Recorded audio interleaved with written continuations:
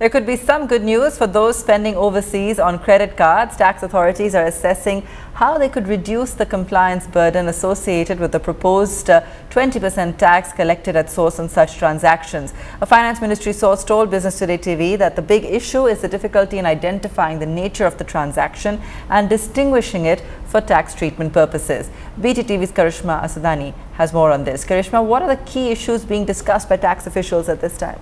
The tax authorities are now assessing how they could reduce the compliance burden associated with the 20% tax collected at source, which is TCS, on the use of credit cards for overseas transactions. In fact, a top official in the finance ministry has told us that there is a clear challenge and difficulty in identifying the nature of the transaction and differentiating it for the tax treatment purpose.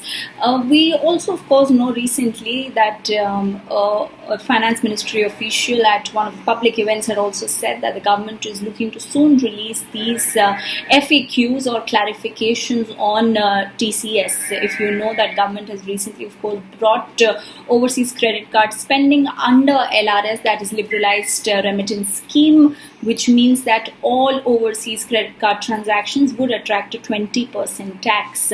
Earlier, it was supposed to only be 5%. However, it was in the month of May that government gave a petty relaxation by giving exemption to transactions on international credit card up to 7 lakh from the 20% TCS. Now, while the government, of course, is trying to get this clarification, they've been talking to RBI and banks to identify if there is a way that a tax treatment could be derived, and also to see if there could be a solution without identifying the difference between the personal and business transactions.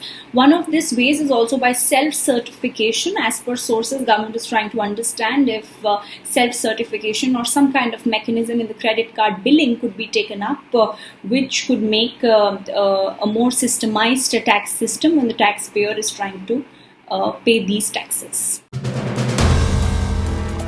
If you like the video, do like, comment, share and subscribe.